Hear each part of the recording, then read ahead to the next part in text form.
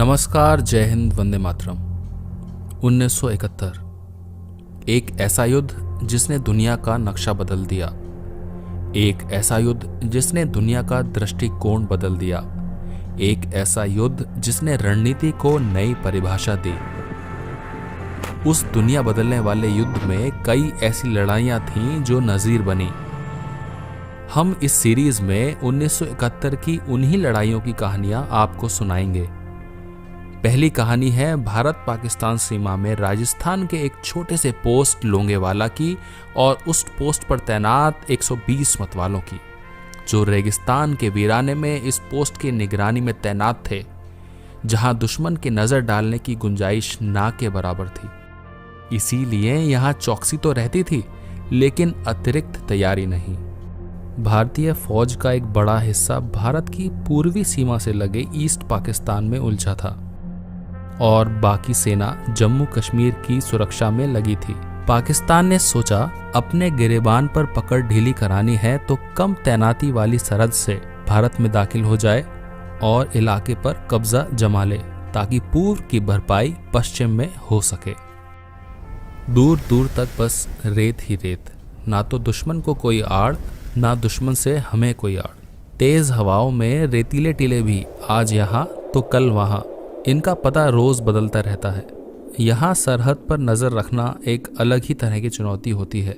आमतौर पर international border का ये इलाका बॉर्डर सिक्योरिटी फोर्स की देखरेख में रहता है, लेकिन युद्ध के ऐलान के साथ ही भारतीय सेना यहाँ स्थापित हो जाती है।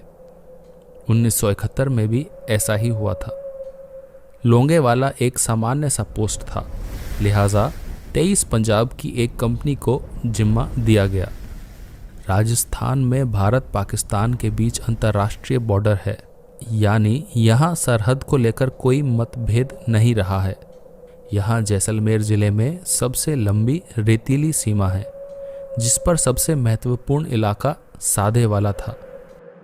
लोंगेवाला पोस्ट पर पंजाब रेजिमेंट की 23वीं बटालियन की अल्फा कंपनी तैनात थी। इसकी अगुवाई कर रहे थे मेजर कुलदीप सिंह चांदपुरी। लोंगेवाला पर किसी तरह का खतरा होगा ये किसी ने नहीं सोचा था। हाँ, वहाँ पोस्ट पर तैनात कंपनी ने एक ऐसी आशंका जताई थी, लेकिन उस समय ये आशंका बेबुनियाद लग रही थी। पाकिस्तान को इस बात का एहसास था कि हिंदुस्तान फौज कभी भी ईस्ट पाकिस्तान की ओर कूच कर जाएगी, और इसीलिए उसने 3 दिसंबर को पश्चिमी सीमा पर एक साथ भारत के 11 अग्रिम एयरफील्ड और रडार स्टेशनों पर आक्रमण कर दिया। पाकिस्तान की 18वीं डिवीज़न के जीओसी जनरल BM मुस्तफ़ा को जिम्मा सौंपा गया भारत सीमा में घुसकर आक्रमण करने का। पाकिस्तान के इस ऑपरेशन का नाम था ऑप लबैक। ब्रिगेडियर तारिक मीर की अगुवाई में 2 बटालियन को आगे निकलना था। वो लोंगेवाला को बाईपास करते और भारत में रामगढ़ तक दाखिल होते। इनके साथ टैंकों का एक स्क्वाड्रन भी होता। दूसरी ओर से ब्रिगेडियर जहांजेब अरबाब की अगुवाई में एक बटालियन को लोंगेवाला पर कब्जा करना था।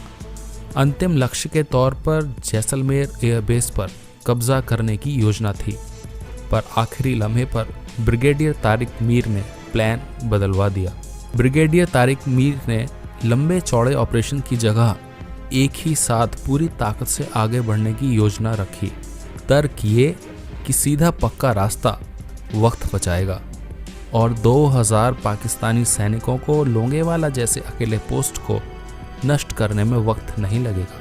पाकिस्तान का प्लान था कि लोंगेवाला में नाश्ता करेगा, रामगढ़ में लंच और जैसलमेर में डिनर। यूं तो इस साजिश की भनक नहीं थी, पर भारतीय सेना की ताकत है कि हम कभी अति आत्मविश्वास से नहीं भरते और दुश्मन को कम नहीं आंकते। इसीलिए हमारी सतर्कता में कभी कमी नहीं होती। वायुसेना के फाइटर्स ने कुल 17 सॉर्टी की। लड़ाई के ख़त्म होने तक पाकिस्तान ने 37 और टैंक गंवा दिए थे। ज़मीन और आसमान के वीरों के संयुक्त प्रयास के कारण लोंगेवाला में पाकिस्तान की एक पूरी T-59 रेजिमेंट मिट गई। युद्ध के दौरान जो पाकिस्तानी मैसेज इंटरसेप्ट हुए, उन्हें सुनकर आपको भारतीय शौर्य का बेहतर अंदाज़ा होगा। दुश्मन की हवाई फौज ने नाक में दम कर दिया है।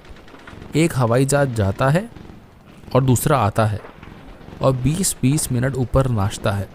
40% फौज और सामान हलाक और तबाह हो चुका है। तो वीडियो को लाइक करें, शेयर करें, सब्सक्राइब करें।